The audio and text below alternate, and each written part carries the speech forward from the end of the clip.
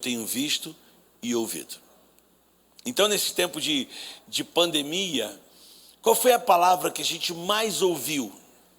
Né? Se você estivesse aqui, eu estaria te perguntando aqui, fala, e apontar para você. Eu tenho aqui umas, talvez, 2, 4, 6, uns 12, 15 pessoas aqui dentro. Mas eu perguntaria assim, qual foi a palavra que a gente mais ouviu em meio dessa pandemia? Qual foi a palavra? Qual foi a frase que a gente mais ouviu? Fica em casa. Essa foi a frase que a gente mais ouviu. Fica em casa. Fica em casa. Fique em casa. Fique em casa. Fique em casa. Fique em casa. Fique em casa. E como vocês me conhecem um pouco, talvez você não me conheça, também está assistindo aí, mandei meu link aí na minha rede social para o pessoal que quiser assistir, mas talvez alguns que não me conheçam, meu nome é Pedro Rocha Júnior. Hoje eu desenvolvo um projeto dentro de um lugar chamado Jardim Gramacho, né, que era conhecido como o lixão, o maior lixão da América Latina. E é muito estranho quando você pensa nessa frase, e eu penso no contexto em que eu vivo todos os dias. E a gente colocou como organização, né, AJA, que é o nome da nossa organização, a gente colocou uma coisa assim que começou a pandemia, e eu sou casado, felizmente, e bem casado, com uma mulher que é formada em saúde pública. Então, quando começou, eu lembro que eu estava conversando até com o Toninho hoje, eu lembro que eu estava viajando para Curitiba, eu ia ficar uma semana fora dando aula, e minha esposa falou, meu amor, essa questão da pandemia, você acha que você tem que ir? Eu falei, pô, Nádia, eu tenho que ir. Então eu ia ficar uma semana, Curitiba, Londrina, Maringá, depois voltaria para Curitiba. E quando eu cheguei no aeroporto, eu comecei a sentir um clima assim aquele bafafá assim, o pessoal falando aqui, a gente correndo, desmarcando voo, as filas das agências, né, de aviação tudo lotado, e eu fui perguntar, tem muitos voos sendo cancelados. Aí eu comecei a pensar no que a minha esposa falou. E a primeira coisa que eu fiz, eu falei assim, uma semana fora, e eu ouvi o que a minha esposa falou, eu liguei para a pessoa em Curitiba e disse assim, ó, não vou mais. Mas por que, meu irmão, estamos esperando aqui para a aula, vai ter isso? Eu falei, cara, não vou. Meu amigo, a gente está entrando aí em alguma coisa que é uma interrogação, e a pessoa ficou chateada, falei assim, mas eu não vou. E voltei para minha casa. E quando eu voltei em casa, a televisão só falava nisso. E eu falei para minha esposa, meu amor, eu resolvi não ir, porque eu fiquei um pouco preocupado. Ela falou, fez muito bem.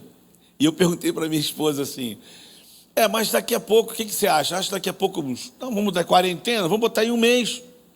A minha esposa olhou para mim e falou assim, meu amor, um mês? Pode colocar no mínimo 8 meses para isso aí vão ficar. Eu falei, que é isso? Tá. E ela é muito de dados, né? E ela é formada pelo Instituto de Pesquisa em Doenças Tropicais, então ela fica muito ligada nisso. 8 meses? Eu falei, você está delirando? São 1 ano e 1 mês. Então a frase que a gente mais ouviu é fique em casa. Mas como é que eu poderia ficar em casa, na situação que a gente estava vivendo em um lugar que a gente vive, que a gente trabalha, que é um lixão, onde as pessoas vivem ao redor do lixo? Como é que eu posso ficar em casa sabendo que agora, se eles já passam dificuldade, agora que vai passar mais ainda? Então a gente trouxe uma frase muito clara que desde março a gente colocou sempre, para esse tempo nós nascemos. Para esse tempo nós nascemos. Então vamos começar a se movimentar, a pensar a longo prazo, para esse tempo nós nascemos. E eu diria também que, como diz Jeremias, essa geração só pode alcançar essa geração. Então, quando a gente fala de missões, você já pensou nisso? Você só pode alcançar essa geração em que você está vivendo.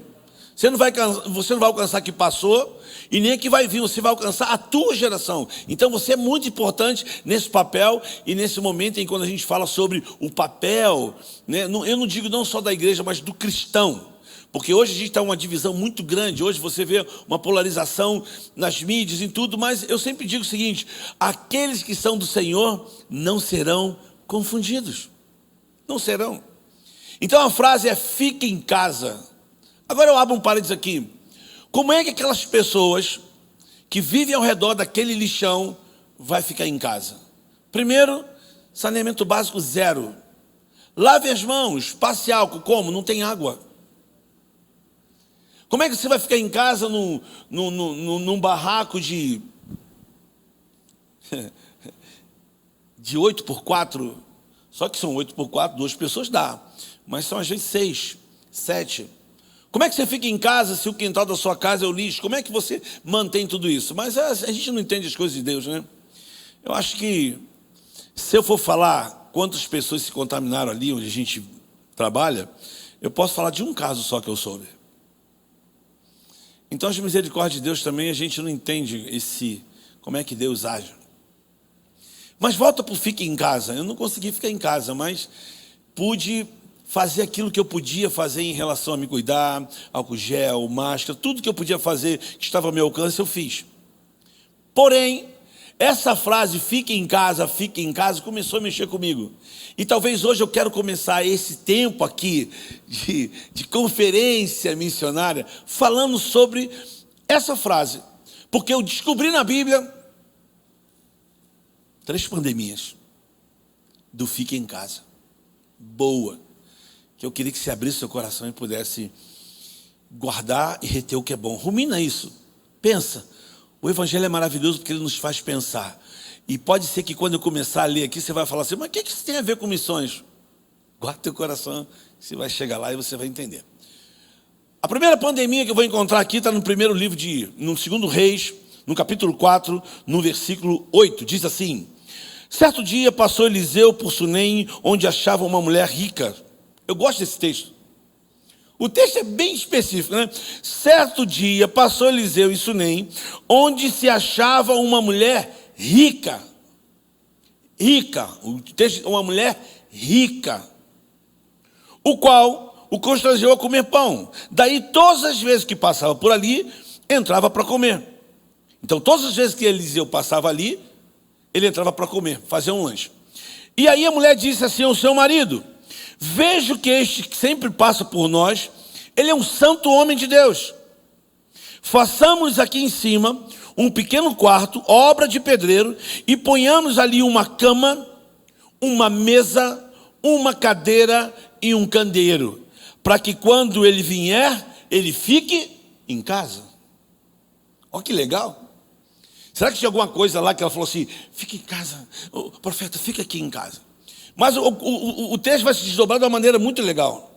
Quando essa mulher, ela começa a ter contato com esse homem de Deus, ela começa a perceber nele alguma coisa diferente. E tanto é que ela resume a frase para o marido dela dizendo assim: vejo que este homem que passa, ele é um santo homem de Deus. Vamos fazer aqui então, num andarzinho aqui, num sobrado, um quarto. E vamos colocar nesse quarto, eu amo os utensílios que ela pensou para colocar no quarto. Ela diz primeiro, uma cama, uma mesa, uma cadeira e um candeeiro. Olha que coisa linda, uma mesa, uma cadeira, uma cama e um candeeiro. Que legal. Agora, vamos pensar comigo. Quando a gente pensa na questão da pandemia, nunca se pensou tanto em Mateus capítulo 6, não é verdade, irmão? Porque se fica em casa, ficar em casa é aquilo que Jesus falou em Mateus 6. O que ele disse? Quando vocês orarem, orem assim, não como os publicanos que ficam falando alto, mas ele diz o quê? Entra no teu quarto, entra na tua casa e ora o teu pai que está em secreto, e o teu pai que te ouve em secreto vai te recompensar. Então nunca se chamou a viver a igreja tanto em casa como nessa pandemia. O fique em casa foi assim, viver em casa. E esse texto aqui tem tudo a ver com isso, porque o texto diz que a mulher, quando faz uma casa, ela pensa nesses 4 utensílios: uma cama, uma mesa, uma cadeira e um candeeiro. E o que eu quero dizer com isso? O que o homem de Deus, como esse profeta Eliseu, ele precisava para ele ser quem ele era? Na perspectiva da mulher, aquele homem precisava simplesmente de quê? De uma cama, uma mesa, uma cadeira e um candeeiro. Então vamos esmiuçar um pouquinho esses utensílios. Cama, quando a gente pensa em cama, querido, quando eu penso em cama, não tem como não pensar no sentido de descanso. Cama é descanso. Assim, eu fiquei esse ano todo aí, eu acho que eu viajei 4 vezes esse ano que passou. Então você fica em vários hotéis. Mas você pode ficar em hotel que for, mas nada melhor do que você voltar para a tua casa, irmão. Nada melhor do que a tua cama. Nada melhor. Então, a Bíblia tem um relacionamento muito, muito prático com essa questão de cama, no sentido de descanso. A Bíblia fala assim: aquele que te guarda não tosquenejará. Então, enquanto você dorme, ele não dorme. A Bíblia diz que Deus dá os seus enquanto dorme. A Bíblia diz: descansa no Senhor e Ele satisfará os desejos do teu coração. Então, cama tem sentido de descanso. E talvez esse tempo também nos levou a pensar muito mais no que é a nossa vida. Qual é o sentido da nossa vida? Então, nós precisamos também ter essa relação de cama, de descansar, de aprender a descansar no Senhor. E é interessante que quando você deita, a ciência diz isso, né? Talvez você que está aí mais entendido. A ciência diz que o corpo humano precisa descansar. A ciência explica que o corpo humano precisa de um mínimo, pelo menos 8 horas de sono. Para quê? Para o teu cérebro. E mais ainda, a ciência diz, né, os estudiosos dizem que quando você fecha os teus olhos, a tua mente descansa. Por isso que quando você vai fazer qualquer terapia ou alguma coisa, a pessoa fala: fecha os olhos, respira fundo. Para o oxigênio chegar ao seu cérebro. Fecha os olhos e imagine, né? Você descansa. Quando você dorme, quando você deita, você descansa. Descansa. O salmista diz no Salmo 37: entrega o teu caminho ao Senhor, confia nele, descansa nele. Cama, sentido de descansar. Espera no Senhor, se acalma. Não fique inquieto, calma. É o primeiro, tem uma cama. Depois ela diz assim: vamos colocar também ali uma mesa e uma cadeira. É interessante que cadeira é um assento para uma pessoa. Não tem 2 pessoas para tomar o mesmo assento. Como diz, né? 2 pessoas não ocupam o mesmo espaço. Não tem como você ocupar o mesmo espaço numa cadeira. Então é singular. É uma mesa e uma cadeira. Então quando eu penso em mesa e cadeira, o que eu penso em mesa e cadeira? Mesa me dá sentido, principalmente se você falar para gordinho, meu, mesa é vamos comer. Vamos para a mesa? Vamos comer, gente, né? Mas mesa também me dá sentido de estudo, de trabalho. E cadeira é onde eu me assento nessa mesa, e ali eu posso debruçar o tanto para me alimentar, como para trabalhar, né? Como para receber. E eu gosto muito dessa questão do receber. Porque mesa, ela dá sentido de servir. Você serve, mas você também é servido. Mesa é quando você tem a visão de tudo que está ali. Ou você pode comer o que você não pode. E eu gosto muito desse exemplo. Por exemplo, quando você pega um cara que ele é engenheiro, ou ele é médico, ou ele é professor. Aí você vê ele lá na frente, ou exercendo a medicina, ou a engenharia. Aí ele fala mesmo, o que ele falou, né, é uma autoridade. Por quê? Por que esse médico ele é autoridade? Por que esse professor está ali dando aula? Sabe por quê?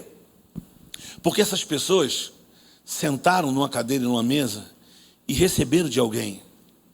Eles aprenderam, eles receberam, e o tempo fez com que eles tivessem a capacidade para agora estar na frente, servindo a outros. Ah, mas você está falando da profissão? Não, mas agora estou falando também da nossa vida com Deus. A nossa vida com Deus também requer uma mesa e uma cadeira, onde eu sento, onde eu me aquieto e onde eu recebo.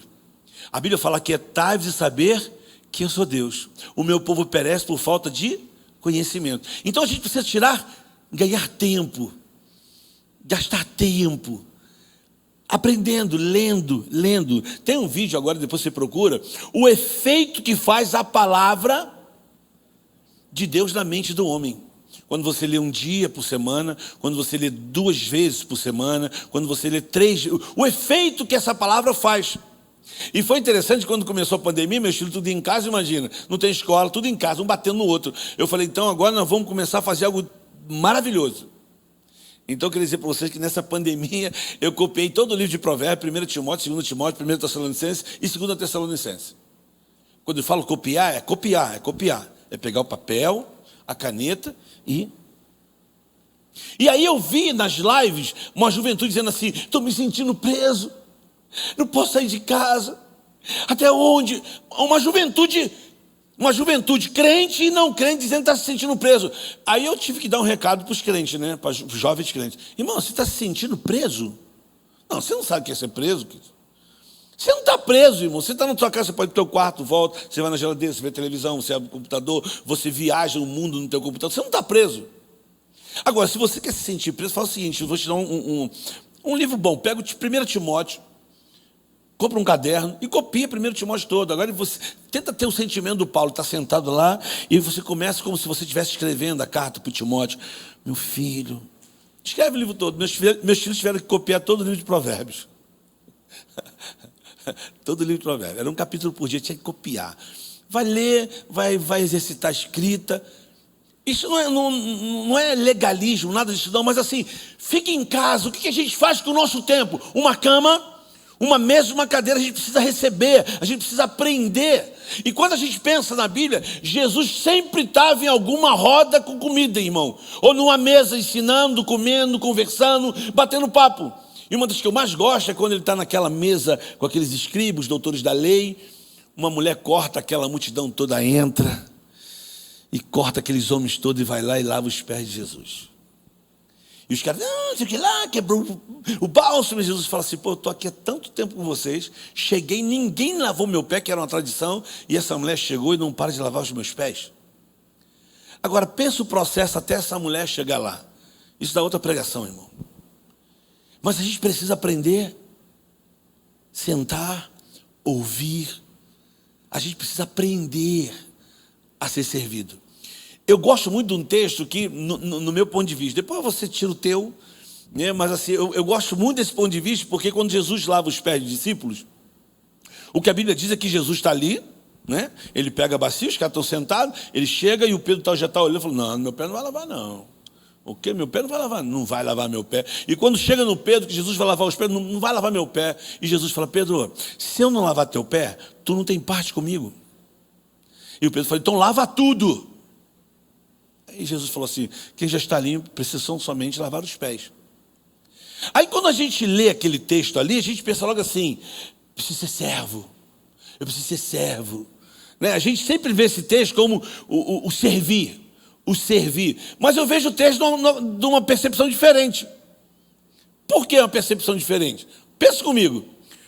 Jesus, ele disse assim: eu não vim para ser servido, mas eu vim para servir. Aí a gente fala: então, Jesus veio para ser servo, eu também tenho que ser servo. Espera aí, mas para você ser servo, você precisa o quê? Aprender a ser servido, pô. Você precisa aprender a ser servido.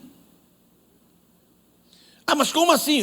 Vamos partir do princípio de Jesus. Jesus é Deus. A verdade é uma pessoa, a verdade é Jesus Cristo.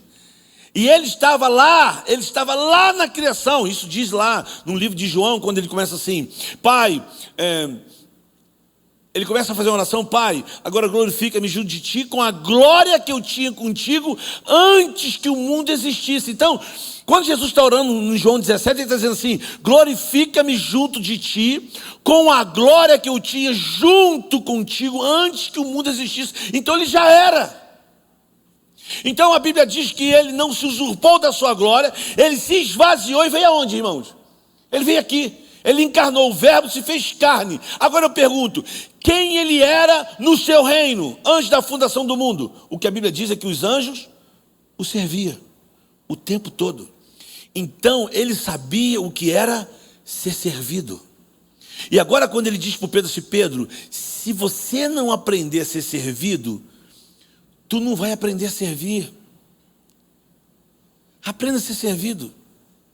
Um bom professor é aquele que se esmera em aprender a receber de outros que já sabiam, e ele pega tudo aquilo, ele aprendeu durante esse tempo todo de faculdade, e agora ele pegou o diploma. Por quê? Porque ele levou esse esmero de aprender, de deixar ser servido, de conhecer e de ter. Então, quando eu falo uma mesa e uma cadeira, eu estou dizendo nesse fique em casa que nós podemos tirar muita coisa boa de aprender, de ler, de reler, de se aquietar, de falar, Deus, fala comigo. E o quarto utensílio é que ela diz o quê? Um candeeiro, uma luz. Então, uma cama, uma mesa, uma cadeira e um candeeiro. Então, a primeira coisa, cama, mesa e cadeira, e depois candeeiro. Então, para que um candeeiro? Candeeiro é luz. Luz é o que ilumina, querido. Você pode estar aí na tua casa, eu faço esse teste depois. Chega na tua casa, vai para o teu quarto, vai lá no disjuntor geral da tua casa e apaga a luz toda. Vum! E tenta chegar na cozinha e pegar aquela caneca que você pega no armário como você pega quando tem luz. Você não vai conseguir, você vai tateando. Por quê? Porque luz é responsabilidade. E a Bíblia diz, lâmpada para os meus pés é sua palavra e luz para o meu caminho. Lembra da mesa e a cadeira? É aqui, é essa palavra que começa a iluminar. O Paulo, quando ele está dizendo aqui, nessa oração aqui, depois você lê a oração toda, irmão. A gente só pegou uma frase aqui, né? Para que você... E Paulo fala muito isso, né, nas orações. Para que Deus ilumine o vosso entendimento. O seu entendimento seja iluminado, para que você tenha a compreensão. Então, uma cama, uma mesa, uma cadeira e um candeeiro, luz. E Jesus precisa ser essa luz na minha e na tua vida. Agora você está falando, pô Pedro, mas tudo bem pastor, mas que você está falando de missões? Eu estou falando do princípio de missões. Como é que eu vou falar daquele que eu não conheço? Como é que eu vou falar de alguém que eu não conheço? E quando eu penso numa cama, uma mesa, uma cadeira e um candeeiro, eu estou dando para você assim, elementos básicos para que você receba dele e a partir daí você vá. E quando você for, irmão, você pode ter certeza, o que vai acontecer é a expressão que a mulher teve quando ela viu o profeta Eliseu. Ela disse assim, vejo que este homem que passa é um santo homem de Deus.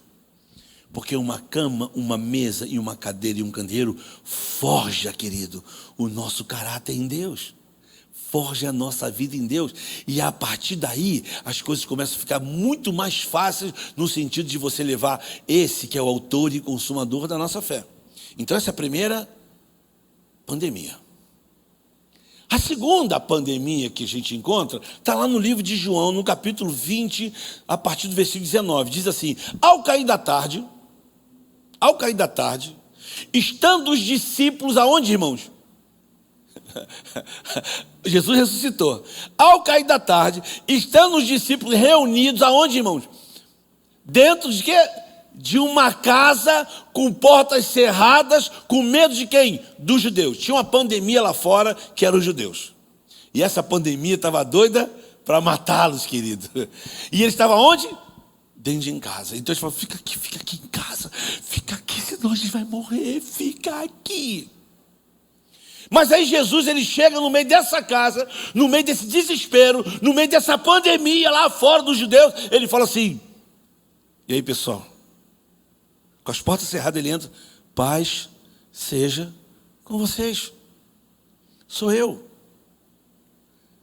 E o legal, que foi dentro dessa casa que Jesus deu as instruções finais para aquilo que nós chamamos hoje da grande comissão. Foi dentro dessa casa que Jesus disse assim, paz seja com vocês. Pô. Calma, não fica com medo não, cara.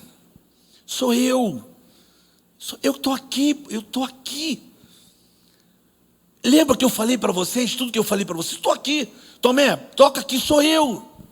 Dentro dessa casa, Jesus, ele disse assim, eu vou falar de novo, tenha paz, paz. Sou eu que estou falando para vocês, paz. E a Bíblia diz que depois ele diz assim, assim como o Pai me enviou, eu também vos envio. E soprou sobre eles o Espírito Santo. E logo em seguida, Jesus lá na frente vai dizer, os autores vão falar assim, ide por todo o mundo, pregar o evangelho a toda criatura. E depois ele diz o quê? Eis que estarei com vocês todos os dias até a consumação do século. Agora olha que interessante. Eu vou usar uma ilustração que eu ouvi e eu achei fantástica. Quando a gente pensa que a Bíblia, a gente crê, querido, é com o coração. Não é pelo diploma que você tem, não é pelo teu canudo, não é pela tua capacidade, é com o teu coração. Deus usou pessoas simples, Deus também usou pessoas estudadas. Deus usa quem Ele quer, como Ele quer. O que Ele precisa tão somente é encontrar um coração à disposição dEle. Porque Ele move para onde Ele quer. E aí o que a Bíblia nos mostra quando Jesus ressuscita, Ele está num caminho de Emaús. Num caminho de Emaús.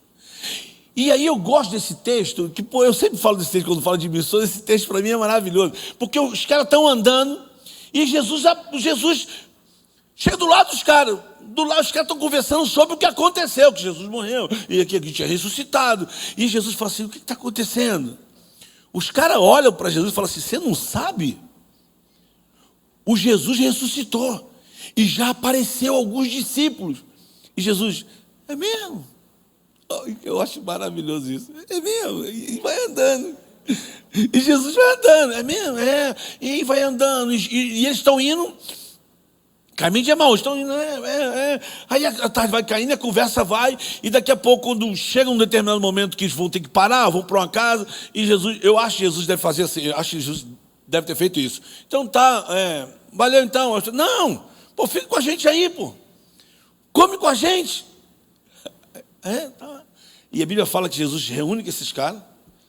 Não sei, agora eu vou acrescentar para a minha mensagem. Não sei se eles entraram dentro de uma casa, mas reuniram, deu graças. O que a Bíblia diz, está lá, irmão, está lá. O que a Bíblia diz que Jesus pegou lá, os caras oraram, deram graça no pão. E o que a Bíblia diz é que depois que deram graça, Jesus sumiu. Eu não sei como é que foi isso. Jesus sumiu, irmão. Eu não sei se ele saiu escondidinho, se ninguém viu, mas Jesus sumiu. Aí perguntaram para um cara tentando pegar uma pessoa assim, uma pessoa simples, uma matuta assim, e perguntaram assim, como é que é isso que Jesus sumiu? Era o fantasma? Ele falou, não, mas você não sabe para onde ele foi? O cara falou assim, você não sabe para onde ele foi? O cara, não, como ele sumiu? Ele falou, não, pai, mas só você ler a Bíblia. Você não sabe para onde Jesus foi? Ele falou, fala para onde? Ele falou, foi para dentro deles. Foi para dentro deles. E por isso é que eu gosto desse texto, quando Jesus diz assim, ide por todo o mundo, pregar o evangelho a toda criatura, e eis estarei convosco todos os dias até a consumação do século. Aí eu pergunto agora, irmão. Primeira pandemia, na minha perspectiva, a mulher lá, né, com o profeta. A segunda, Jesus encontrando os discípulos dentro de casa com medo dos judeus lá fora. E a terceira? A terceira é a mais nobre. E a terceira é a que dá todo o sentido do que nós estamos reunidos aqui. Mesmo que não seja presencial, mas Deus nos permite ter a tecnologia para entrar na tua casa e você na casa do outro, e assim vai. Eu vou ler um texto aqui. O texto diz assim, no livro de João, capítulo 14. Preste atenção.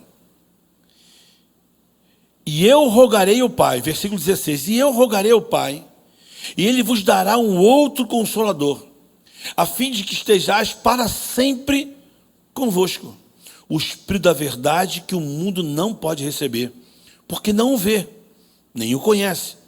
Vós conheceis, porque Ele habita convosco e estará em vós. Não vos deixarei órfãos. Você sabe o que é um órfão, irmão? Órfão é alguém que não tem família, que não tem casa. Órfão, não vos deixarei órfão. Voltarei para vós outros, ainda por pouco tempo, e o mundo não me verá. Mas vós, porém, me vereis, porque eu vivo e vós também vivereis. Naquele dia vos conhecereis que estou em meu Pai, e eu em vós, em mim, e vocês em vós. Aquele que tem os meus mandamentos e os guarda, este é o que me ama. E aquele que me ama será amado por meu Pai, e eu também o amarei e me manifestarei a ele. Disse-lhe Judas, não Iscariotes, de onde procede, Senhor, que estás de manifestar-te em nós e não no mundo? Respondeu Jesus. Irmão, está aqui o versículo 23. Respondeu Jesus: se alguém me ama, guardará minha palavra, e meu Pai o amará, e viremos para ele e faremos nele morada. Tu entendeu, irmão? Nós estamos falando de missões. Jesus está falando isso aqui antes dele morrer. Ele está só falando assim, ó, vai acontecer isso.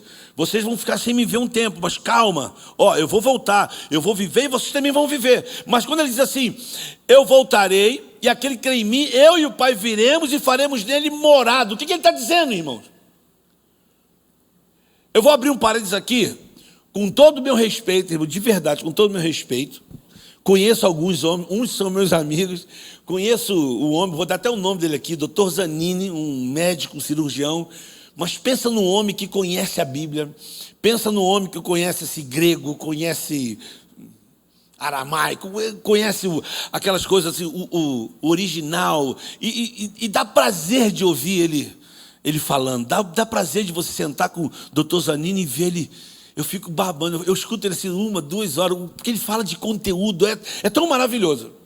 Então assim, eu abro um parênteses aqui, irmãos, eu respeito esses caras, esses homens que conhecem o grego, o troiano, tem outra aí, fala as palavras lá, o grego, que sabe, fala aí você em casa, um idioma que o cara conhece da Bíblia, do original. Sabe que esse cara fala assim, não, porque no original, a palavra quantitativa significa sabe? Não tem uns caras que falam assim, as coisas assim?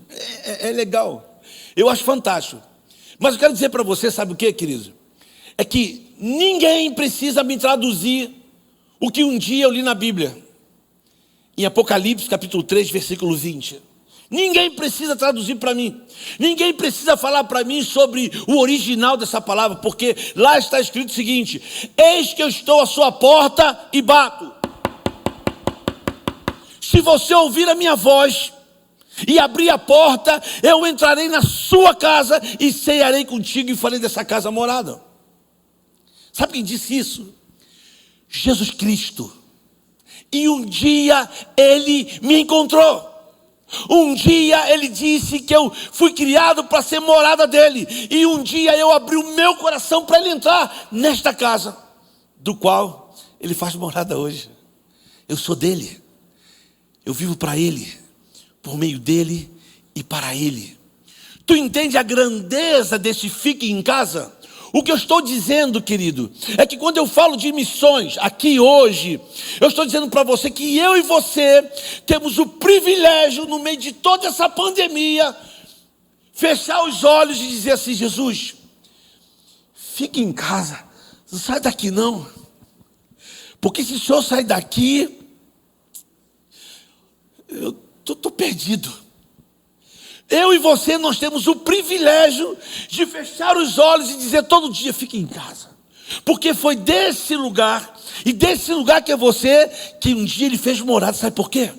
Porque um dia alguém chegou até você. Porque um dia alguém abriu os teus olhos no entendimento. Porque um dia alguém parou, recebeu, uma cama, uma mesa, uma cadeira, recebeu, aprendeu e foi até você e falou com você. Agora, quando a gente fala de missões, você pode entender quantas pessoas hoje estão dentro de casas vazias e com as suas casas também vazias, que não tem esperança de nada e do nada? Quantas pessoas estão em casa com medo de tudo e de todos? Quantas pessoas estão em casa com medo do futuro, com medo do trabalho? Medo do medo. Tu entendeu onde eu estou chegando? Onde eu quero chegar com as missões? É que Deus, quando criou o ser humano, Ele criou o ser humano como imagem e semelhança dEle.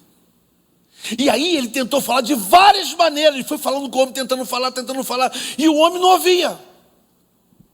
Mas um dia, sabe o que ele disse? Eu vou lá. Ele disse assim, eu vou lá.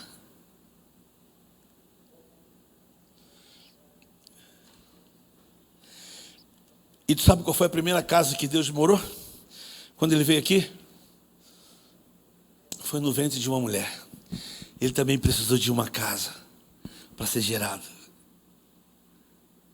A mulher foi a primeira casa onde Deus habitou para se revelar para o homem. E ele escolheu essa casa, ficou ali 9 meses, e o Verbo se fez carne e habitou entre nós. Para quê? Para dizer para mim e para você que nós fomos criados em imagem e semelhança dele, para ser morada dele. Então não tem como, se tu não entende, quando a gente fala de missões, qual é o meu papel e qual é o teu papel.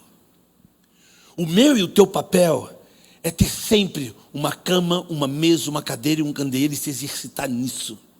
O meu papel e o teu papel não é simplesmente ficar com medo da pandemia, e não estou generalizando o que está ali fora, porque o que está acontecendo, não só no Brasil, mas no mundo, é grave, é verdade. Mas eu também não posso perder o link, mesmo sabendo que eu não posso cultuar, mesmo eu sei que eu tenho uma responsabilidade. Por esta causa, me ponho de joelho. E quem é que intercede por nós? Quem é? Eu vou ler um texto aqui. Eu acho que eu li esse texto no congresso, quando eu estive aqui, há 2 anos, que diz lá em Romanos, capítulo 8, se eu não me engano, 19. Eu não sou muito bom de gravar não, mas acho que é isso. Romanos 8. Deve ser isso mesmo. Me ajuda aí, Jesus. Jesus, me ajuda. Jesus está aqui do meu lado.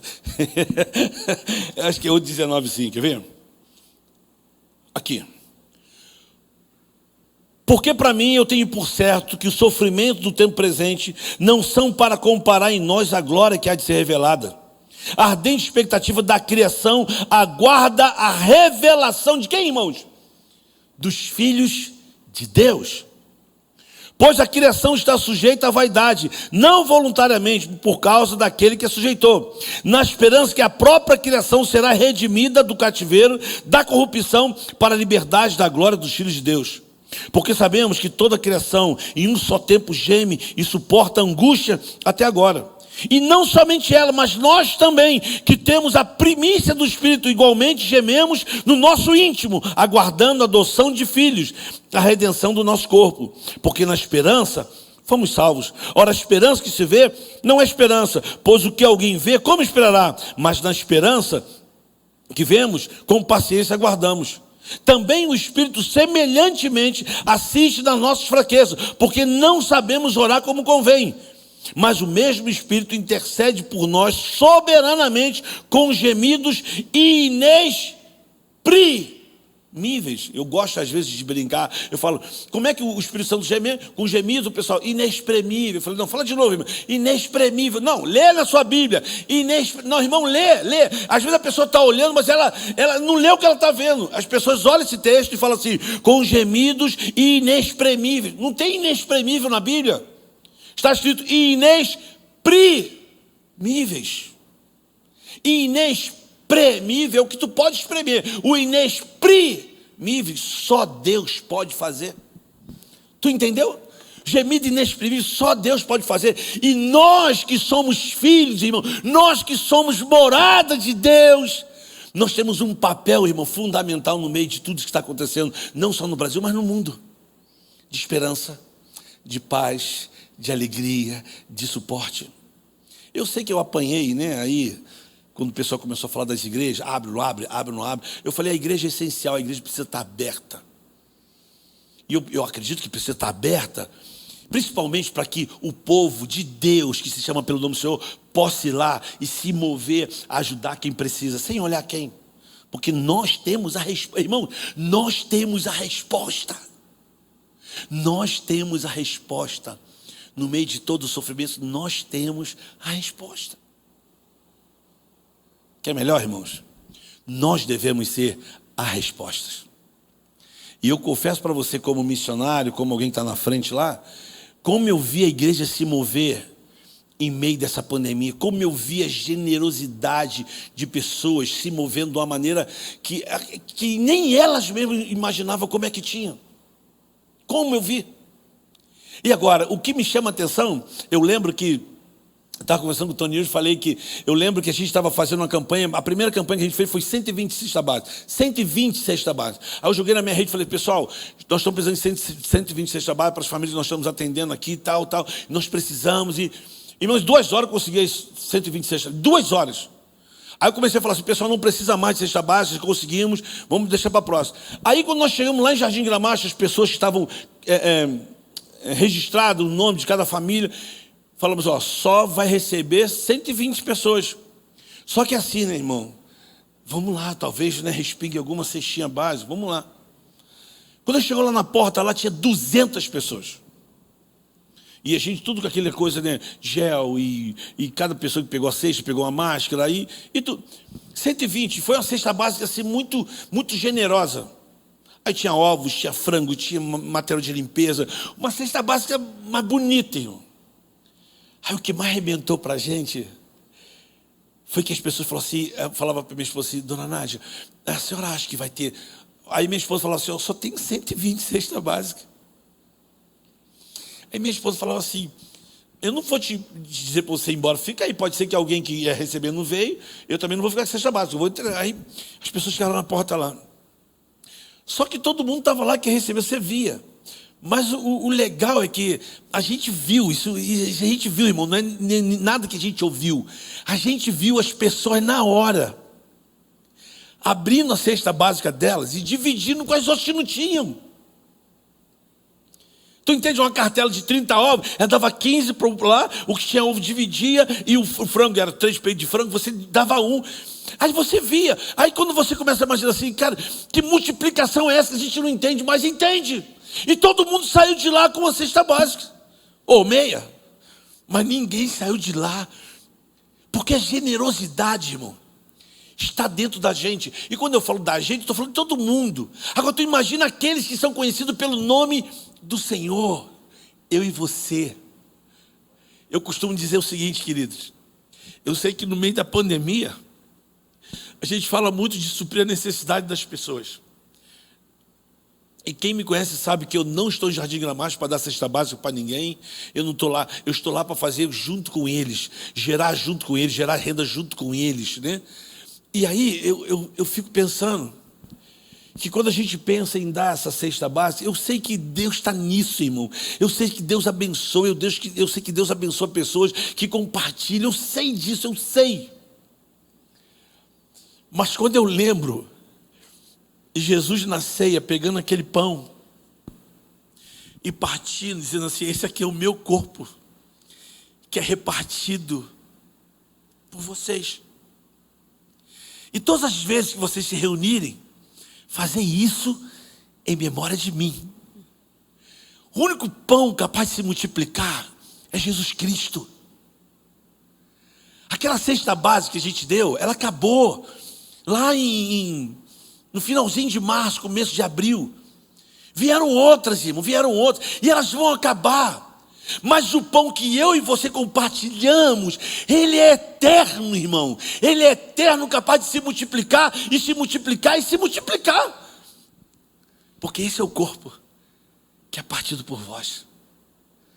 E quando eu penso que eu sou casa dele, eu tenho aqui dentro, irmão, um pão que quanto mais eu dou, mais ele multiplica. Sabe que quanto mais eu alimento, mais eu sou alimentado. Você entende essa dimensão de missões? Você entende? Talvez eu termino aqui com fique em casa, talvez o que Jesus disse lá atrás. Lembra quando ele disse, ficai em Jerusalém? Foi a primeira dica dele.